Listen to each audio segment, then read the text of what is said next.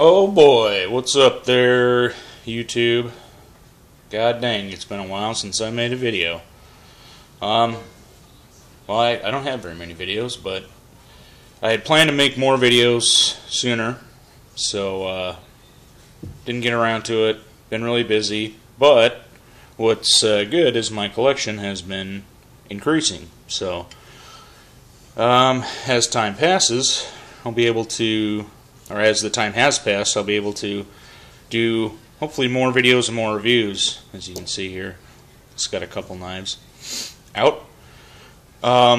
These guys I'm not talking about today. They're just here for cool foreground fun. Knife I'm talking about today is this guy, Brad Southard Flipper. Definitely late to the party on this one. I know you guys have seen a ton of this guy, but I thought I would just throw my hat in the ring, and I'm not really going to do like a total specs type of review. It's mostly just going to be my impressions and my thoughts on this knife, as most of my videos are going to be. I know that there's a lot of guys want to know like the lengths and the weights and all that stuff, but I mean, you guys know how to find that information, and you can get a good idea of how big it is. I have relatively medium to large size hands. I'm a big guy, so kind of got the fat hands going on. But I don't really have a knife size, and I'm not like they got to be small or they got to be huge or whatever the hell. You know, I'm pretty okay with whatever. But this is a smaller knife, as you can see, and that's kind of why I put these two out too. These are smaller knives.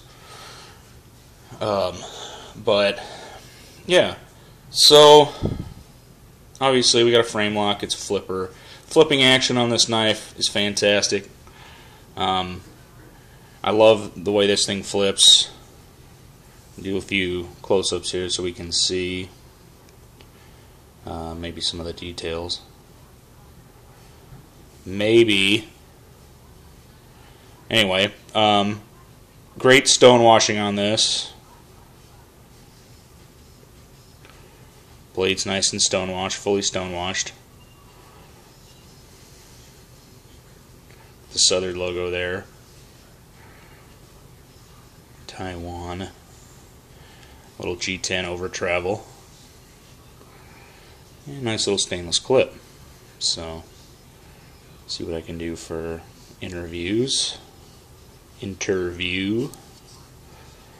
Some cool standoffs, which I really like. Love the flow-through design, is probably my favorite. Backspacer, you know, it's alright. I'll rock one with the backspacer. I'm not that much of a stickler about it, but I do love flow-through designs with standoffs. Definitely my favorite. I'm not going to get any real detail on that. But, and there's a nice sort of machined lip there to help get your thumb on it for closing. Came very sharp. So I have no problems with the sharpness of this knife. It's definitely sharp. I've been EDCing it since I got it. And overall, I really like this knife. I really do. Its weight's negligible. It's not heavy. It's not super duper light, but it's not a brick either. And it flips awesome. No problems at all. Just flips right out there. A lot of times I hand people this knife. They go, oh, that's cool, it's one of those flippers, yeah, let me see it. And they'll try to do like the thing where you kind of pull back on the flipper like this. Of course, it doesn't really ever work, you know.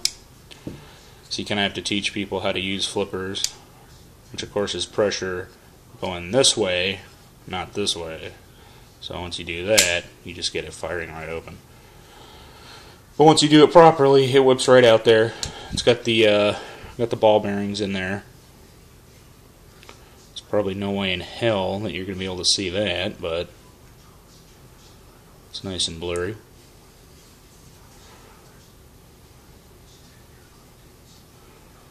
Sorry about the lighting too. I've yet to find a place that's like perfect lighting wise to do these videos, and I'm recording them on my phone, so you know it's not the best quality camera either. But anywho, lockup's pretty good. It came to me. I bought this from a person, but not used. He just bought it and then sold it. So you can see there the lockup is like 40%, maybe something like that. There we go. Not bad. I actually kind of prefer that.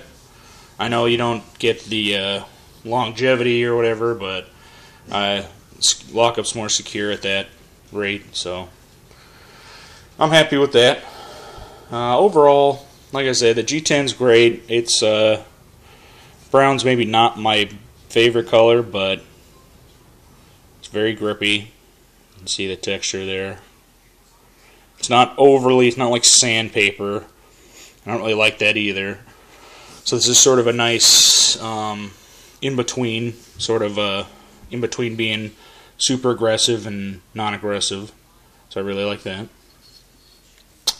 Mainly because when I put a knife in my pocket, a lot of times, you know, obviously your hand will pass by your knife while you're reaching into your pocket, and boy, the more aggressive that is, it totally wrecks my hand. So I'm a little bit picky about that. This has done the job really nicely.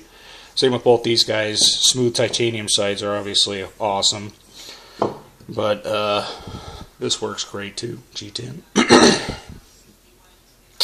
The jimping that's on this knife, which I will attempt to do another HD close-up. Come on, baby. I don't know. It's there, but it is strictly for show. This jimping is, or filing, or whatever you want to call it, does not work at all. It's not a huge deal for me. I'm not like I don't know, in where I have to have that there, and like my thumb's always constantly slipping off the knife, and because I'm doing all sorts of crazy stuff. But this is completely useless. So if that's a factor for you, if you're a big jimping guy and you like to have the super aggressive thumb ramps and all that, which I do actually, which I do like, and I kind of wish this was better, but it's not a deal breaker for me. I get a pretty good grip on the knife to where I'm not like, whoa, you know, thumbs just like slipping off. I don't know what people are doing that's a requirement, but it is nice to have that nice aggressive place to put your thumb that won't move. I know I think these two knives do a better job. This ZT is really just locks your thumb in there. I mean, I'm just pressing with all my might, and it just, you know, it just doesn't really want to move.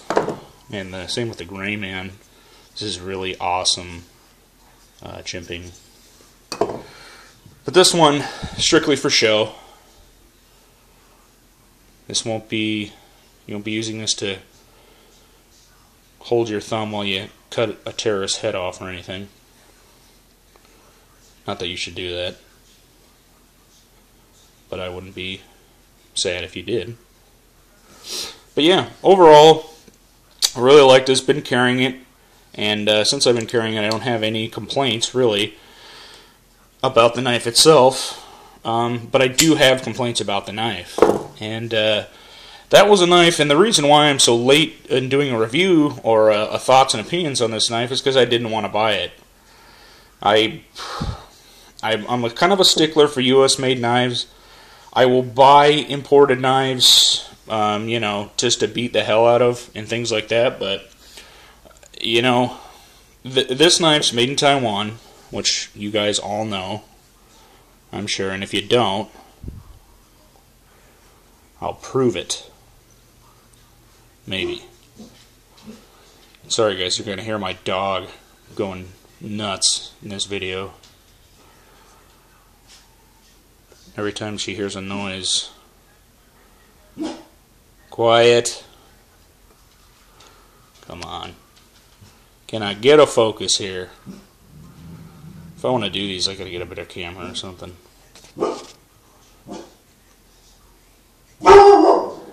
Hey, quiet! Alright. Well, you guys are gonna have to take my